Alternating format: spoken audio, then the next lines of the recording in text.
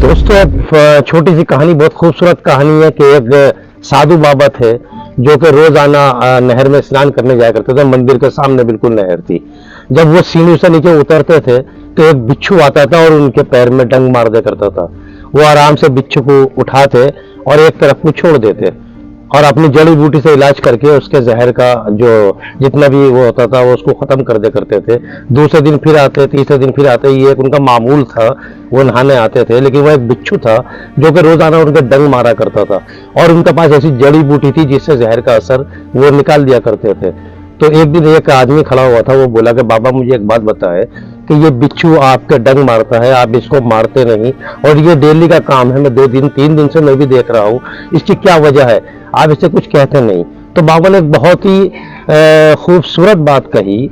बाबा बोले कि बेटा, बिच्छू का काम होता है डंक मारना, वो अपना काम कर रहा है और मेरा काम होता है उसको जहर को साफ करना या उससे बच के चलना। लेकिन मुझे आदत है, मैं रोजाना नहाता हूँ और नहाए बगैर मैं रह नहीं सकता, इसलिए मुझे मजबूरी आना भी पड़ता है। और जहां तक बिच्छू की बात है, बिच्छू का काम होता है डंग मारना, वो अपने काम में सफर है, वो अपना काम कर रहा है और मेरा काम है उससे बचना। और नहीं तो रोजाना डंक उससे लेना और जहर लेना और उसको बाद में निष्क्रिय करना, उसको खत्म करना अपनी जड़ी बूटियों से। सेम वही हिसाब है, आप सुन के हैरत करेंगे कि 1932 और 1939 के बीच 1930 और 1903 से कहानी शुरू होती है, 1920 तक पहुंचती है कि एक हिटलर, जिसको हम अच्छी तरह से जानते हैं, आप लोग भी जानते हैं, एक हिटलर नाजी जो था, उसने यहूदियों का नरसंहार करने की जरूरत की कोशिश की और उसने ऐसा किया भी। और वो खुद एक ईसाई माँ की औलाद था, यानी कि वो अपने आप को ईसाई बोलता था। उसने यहूदियों का नरसंहार किया और उस टाइम में 1920 का बात है कि उस टाइम में उसने 60 लाख यहूदियों का खत्म किया। 60 लाख यहूदियों को दुनिया से उनका नामो निशान मिटाया। कुछ यहूदी उसने छोड़ दिए। जब लोगों ने सवाल किया कि आपने इनको क्यों मारा, तो उसने कहा इसका जवाब ये जो बचे हुए यहूदी हैं यही देंगे, मैंने इनको क्यों मारा। लिहाजा उसने यहूदियों को जो कुछ बचे हुए यहूदी थे उनको छोड़ दिया और 60 लाख यहूदियों को खत्म कर दिया। लेकिन जो बचे हुए यहूदी थे उनको तरस खा के दुनिया में किसी भी ईसाई मुल्क ने या किसी और मुल्क ने, किसी भी मुल्क में दुनिया ने उनको जगह नहीं दी अपने यहाँ रहने की। अब रही बात मुसलमान की, मुसलमान रहम दिल होता है, बहुत ज्यादा उसका दिल एक रहम वाला होता है। अब अच्छे बुरे तो खैर सभी धर्म में होते हैं, कुछ आ जाते हैं जो गलत होते हैं, लेकिन 99.9% मुसलमान जो होता है वो बहुत रहम दिल होता है।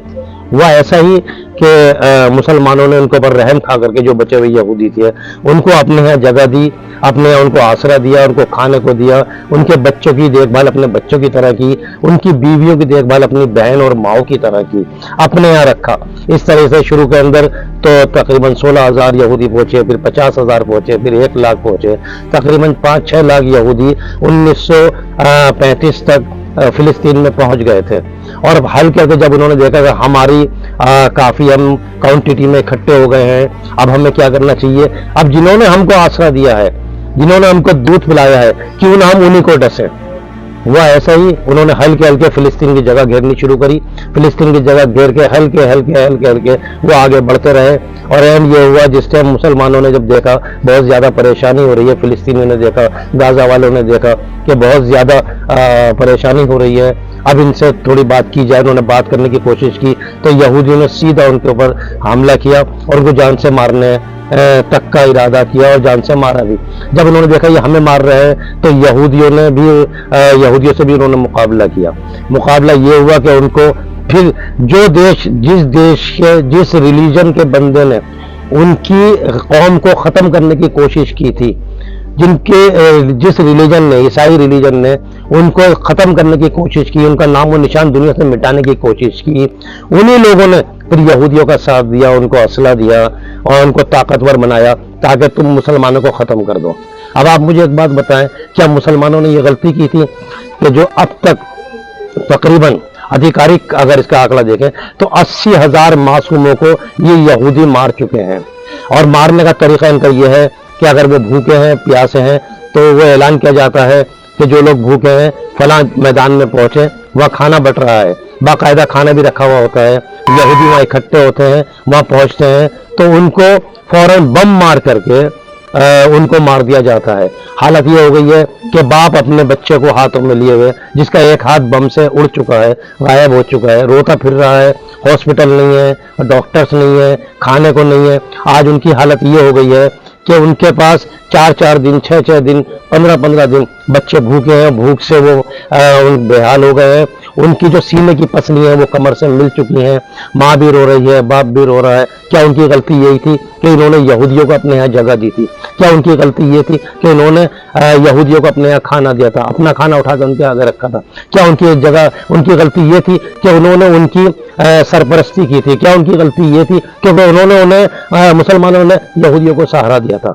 और आज जो बाहर का मुसलमान है वो सब देखता है, एक मिनट को दूसरों के सामने वो अफसोस जाहिर करता है और फिर खुशियों के रंग में डूब जाता है। दोस्तों, ये एक बहुत ही नाजुक मामला है। आप कुछ नहीं कर सकते, बहुत दूर बैठे हैं, लेकिन कम से कम अल्लाह से नमाज पढ़ के दुआ तो उनके लिए कर सकते हैं। आज उनकी हालत ये हो गई है कि कोई अपनी बहन को गोद में उठा के फिर रहा है, कोई अपनी माँ को उठा के फिर रहा है, कोई अपने मासूम 6 महीने के बच्चे को सीने से लगाए घूम रहा है। दफनाने तक की वहाँ पर जगह नहीं बची है और लोग परेशान हैं। हम इनसे कैसे बचें? आपसे बहुत हाथ जोड़ के गुजारिश है कि किसी भी तरह से कुछ भी करके उनकी जान माल की और उनकी इज्जत की दुआएं करें अल्लाह से। और ये देखें और आगे एक बात का ध्यान रखें, कभी भी यहूदी को कोई भी प्रोडक्ट खरीदने वाली बात आती है तो मुसलमान खरीदते हैं। वो कहते हैं कि हम यहूदियों का माल खरीद के उनको इकोनॉमिक उनकी ऊंची करेंगे ताकि वो मुसलमानों को मार सकें।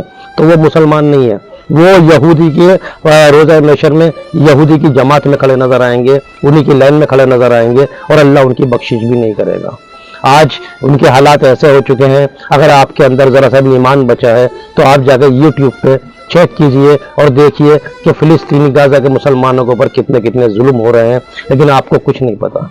अगर वीडियो अच्छी लगी तो शेयर ज़रूर करना और प्लीज़ मैं आपसे बहुत बार कह चुका हूँ कि सब्सक्राइब ज़रूर करना, कि मेरे दिल का मैं चाहता हूँ कि दिल से दिल के तार जुड़े और आप मेरे साथ जुड़े। मैं जो भी कोई वीडियो बनाऊँ आप तक उसका नोटिफिकेशन पहुँचे। मैं कमरुद्दीन, दीजिए इजाज़त। आला।